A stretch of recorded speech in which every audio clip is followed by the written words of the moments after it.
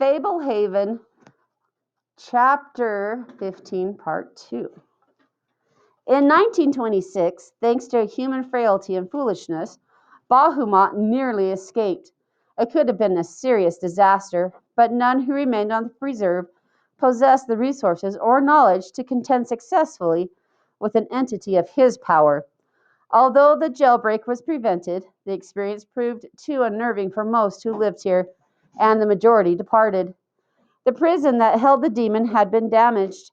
With outside help, Bahamut was moved to a new holding area in the basement of the church. Meetings there ceased a few months after that, and in the intervening years it has become known as the Forgotten Chapel. "So, is Bahamut still there?" Kendra asked. "Believe me, we would know if Bahamut had been loosed. I doubt anyone in the world has the capacity to recapture that fiend if he were to get free. His kind have been absent for too long, imprisoned or destroyed. Those who knew how to defeat such a foe have passed on, with none to replace them. Which brings me to my greatest concern, that Muriel might try to release Bahamut." "Would she do something that stupid?" Seth cried. Yes. "Muriel is a student of evil. She was originally imprisoned for tampering with such things.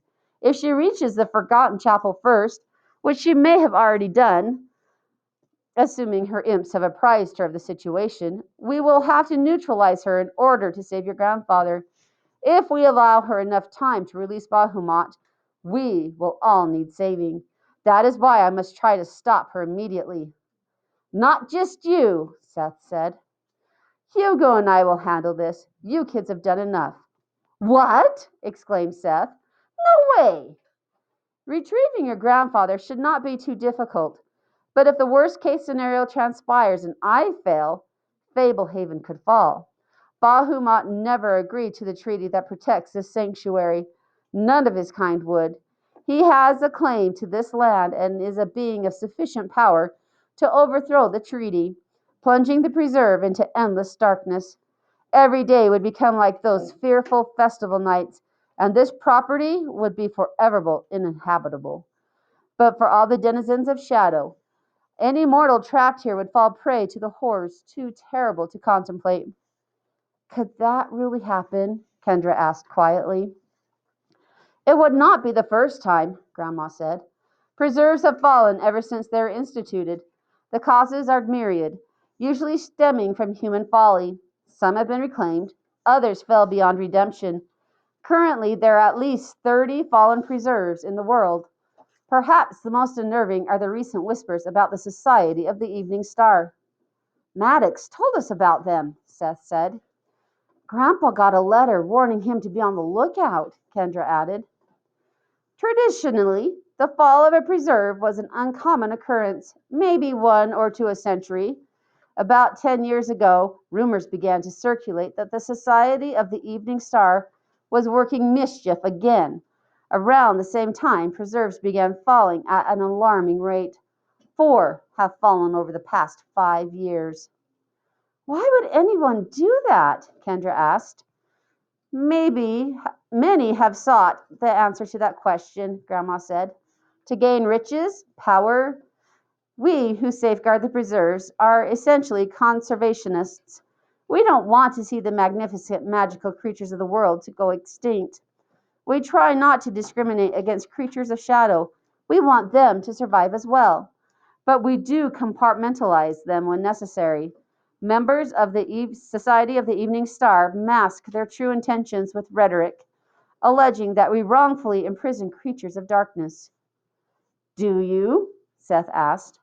"The most violent and malevolent demons are imprisoned, yes, but that is for the safety of the world. In pursuit of endless carnage and unlawful dominion, they clashed anciently with good humans and creatures of light, and are paying a heavy price for losing. Many other sinister entities were admitted to preserves only on condition that they would agree to certain limitations, agreements they entered voluntarily. A common restriction is that they are not permitted to leave their preserve, so the society considers many of these creatures also incarcerated." They argue that the convents of the preserves create artificial rules that upset the natural order of things. They consider the majority of humanity expendable. Their premise is that chaos and bloodshed are preferable to just regulations. We disagree. Do you think the Evening Star people are involved in kidnapping Grandpa?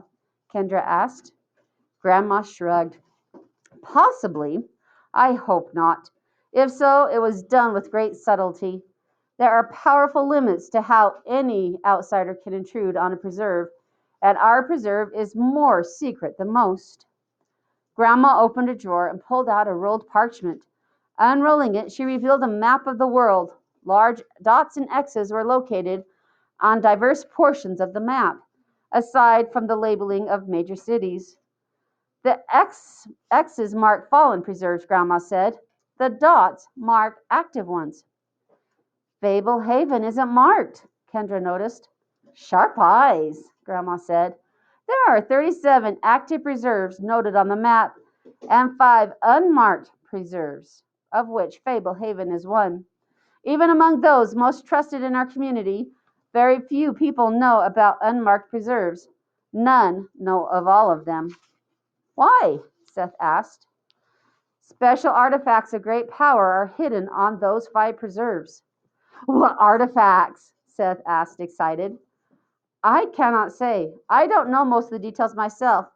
The artifact here at Fablehaven is not in our possession. It is guarded at an unclosed location on the property. Evildoers, particularly the Society of the Evening Star, would like nothing more than to collect the artifacts from the hidden preserves. So there are many reasons Fablehaven must be protected, Kendra said. Grandma nodded. Your grandfather and I are prepared to give our lives if necessary. Maybe none of us should go after Grandpa, Kendra said. Can't we get help? There are some who would come to our aid if summoned, but I need to stop Muriel to find your grandfather today. Nobody could reach us that quickly. Fablehaven is protected by secrecy. At times, this becomes a hindrance. I do not know what spells bind Bahamut, but I am certain that, given sufficient time, Muriel will find a way to unravel them. I must act now. Grandma slid off the stool, walked down an aisle, opened a trunk, and withdrew an ornate box embossed with vines and flowers. From the box she removed a small crossbow, not much larger than a pistol. She also took out a small arrow with black fletching, an ivory shaft, and a silver head. Cool, Seth cried. I want one. This dart will slay any being that was ever mortal, including the enchanted or undead, if I can lodge it in a lethal place. Where is lethal? Kendra asked. The heart and brain are the surest. Witches can be tricky. This is the only talisman I am certain will slay Muriel. You're going to kill her? Kendra whispered. Only as a last resort. First, I will try to have Hugo capture her, but the stakes are too high for us to sally forth without a fail-safe. If the golem should unforeseeably disappoint me, I lack the skills to subdue Muriel myself. Believe me, the last thing I want is her blood on my hands. Killing a mortal is not quite as grievous crime as killing a mystical being, but it would still dissolve most of the protection afforded me by the treaty. I would probably have to banish myself from the preserve. But she's trying to destroy the whole preserve, Seth complained. Not by directly killing anyone, Grandma said. The chapel is neutral ground. If I go there and kill her, even I can justify the act. The protection of the treaty will never again be mine. I heard Dell shooting guns and stuff the night creatures came through our window, Kendra said. Creatures were invading our territory, Grandma explained. Regardless of the reason, by coming into this house, they surrender all their protections. Under the circumstances, Dale could slay them with no fear of retribution, meaning his status under the treaty would remain secure. The same principle would work against you if you were to venture into forbidden areas of Fablehaven. If you were thus stripped of all protection, it would be an open hunting season of Kendra and Seth, which is precisely why those areas are prohibited. I don't get who would punish you for killing Muriel, Seth said. The mystical barriers that protect me would be lifted, and the punishment would naturally follow. You see, as mortals, we can choose to break the rules. The mystical creatures that seek asylum here are not afforded that luxury. Many would break rules if they could, but they are bound. As long as I obey the rules, I am safe. But if I lose the protections afforded by the treaty, the consequences of my vulnerability would inevitably follow.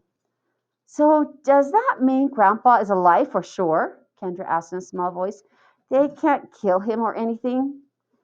Stan has kept the rules pertaining to bloodshed, and so, even on their night of revelry, the dark creatures of this preserve would not be able to kill him, nor would they be able to force him to go to a place that would enable them to kill him. Imprisoned, tortured, driven insane, turned to lead, maybe. But he has to be alive, and I have to go after him. I have to come with you, Seth said. You need backup.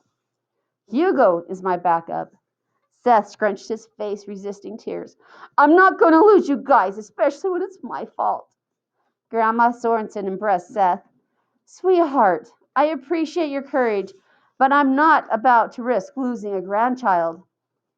We won't be as in much danger here as we would be if we were with you, Kendra said. If the demon gets loose, we'll all be fried. I mean to send you away, off the preserve, Grandma said. Kendra folded her arms. So we can wait outside the gate until our parents get back? Tell them you were killed by a demon and insist that we can't go to the house because it's really a magical preserve that has fallen into darkness. Your parents do not know the true nature of this place, Grandma said, nor would they believe without seeing. Exactly, Kendra said. If you fail, the first thing Dad will do is go straight to your house and investigate. Nothing we could say would help keep him away, and he'll probably call the cops, and the whole world will find out about this place. They wouldn't see anything, Grandma said, but many would die inexplicably. And actually, they could see the cow, even without the milk, because Viola remains a mortal being. We came in handy with the troll, Seth said, and no matter what you do or say, I'll follow you anyways. Grandma tossed her hands. Sincerely, children, I think all will be fine. I know I described a dire scenario, but things like this happen on preserves from time to time, and we normally get them resolved. I don't see why this would be any different.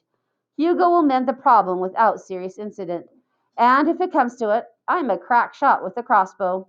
You'll just have to wait outside the gates. I'll come and get you before it gets too late. But I want to see Hugo pound Muriel, Seth insisted.